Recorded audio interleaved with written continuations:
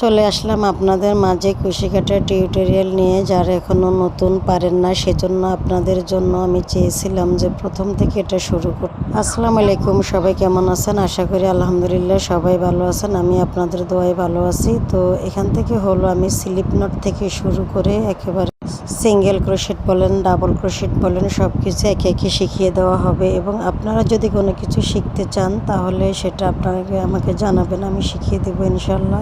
আমি প্রথম ধাপটা আপনাদের কাছে নিয়ে এসেছি। এই ধাপটা যদি আপনারা পারেন তাহলে আশা করি আলহামদুলিল্লাহ আপনারা পেরে যাবেন। মানে কুশি কাটার প্রথমে হলো এই ধাপটা স্লিপ নট দিয়ে, তারপরে আমি একে একে বিনুনিগুলি করে নিচ্ছি। এটা যদি পারেন তাহলে আপনারা মনে করবেন যে কুশি কাটার মানে 2 ভাগের ভেতরে 1 ভাগ আপনারা শিখে গেছেন। মানে 100%-এর ভিতরে 50% সেটা শিখে গেছেন যদি কুশি কাটার সুই ধরতে পারেন এবং এভাবে সুতো নিয়ে সেলাই করতে পারেন। তো এটা আপনারা প্রথমে যদি শিখতে পারেন একটু কষ্ট হবে, তারপরে যদি একবার এটা পেরে যান তাহলে আলহামদুলিল্লাহ আর কোনো কষ্ট হবে না। আমি চেষ্টা করেছি আপনাদেরকে একটু ভালো করে দেখানোর জন্য, জানি না কতটুকু পেরেছি। যদি ভালো না হয় বা ভালো দেখা না যায় তাহলেও বলবেন। এভাবে হলো প্রথম ধাপটা আমি করে নিয়েছি।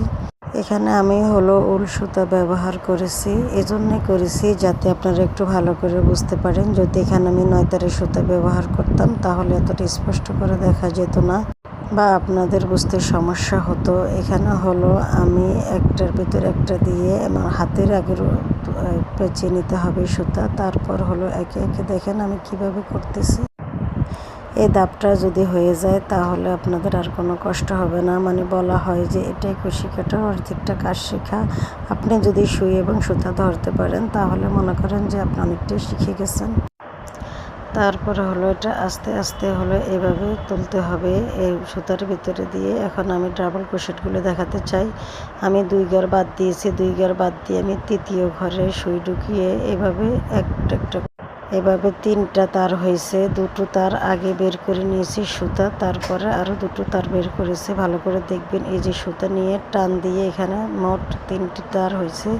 2টো তার থেকে বের করে আরেকটি তার রেখে আর 2টো তারের মধ্যে দিয়ে বের করে দিয়েছি। একটু ভালো করে খেয়াল করলে বুঝবেন।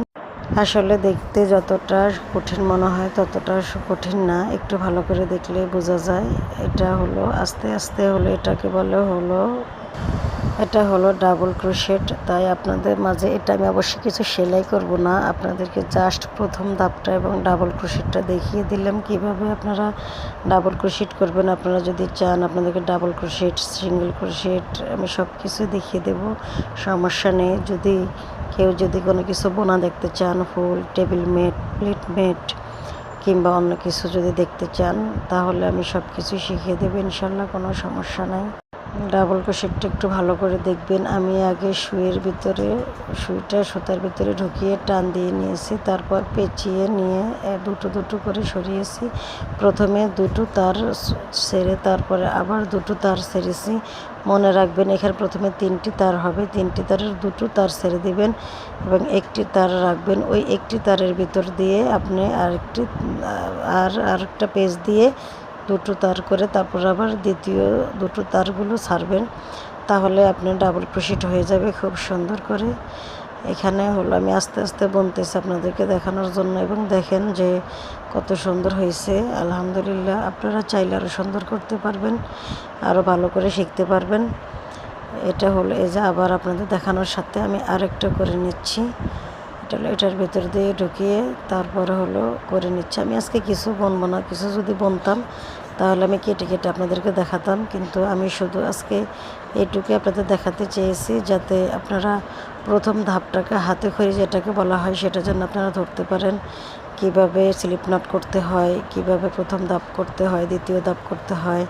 এখানে আপনার সিঙ্গেল ক্রোশেট, ডাবল ক্রোশেট সব কিছু দেখানো হয়েছে। যদি আপনারা এই সেলাইগুলি পেরে যান তাহলে আপনারা যে কোনো কিছু বুনতে পারবেন, আল্লাহর রহমতে কোনো সমস্যাই হবে না। তো আপনাদের সুবিধার জন্য আমি আস্তে আস্তে এটা দেখাচ্ছি।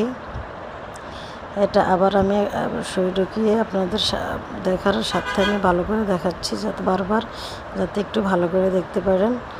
এবার তো সুতো টান দিয়ে তারপর হলো আবার ঢুকিয়ে যে 2টা তার ছেড়ে তারপর আবার 2টা তার একটা প্যাচ দিয়ে তারপর আবার দুটো তার ছেড়ে দিয়েছি। এখানে হলো আপনার ডাবল ক্রোশেটের ক্ষেত্রে মূলত আপনার দুটো দুটো করে তার ছাড়তে হবে, আর সিঙ্গেল ক্রোশেটের ক্ষেত্রে ভিন্ন, সেটাও আমি আপনাদেরকে দেখিয়ে দেব।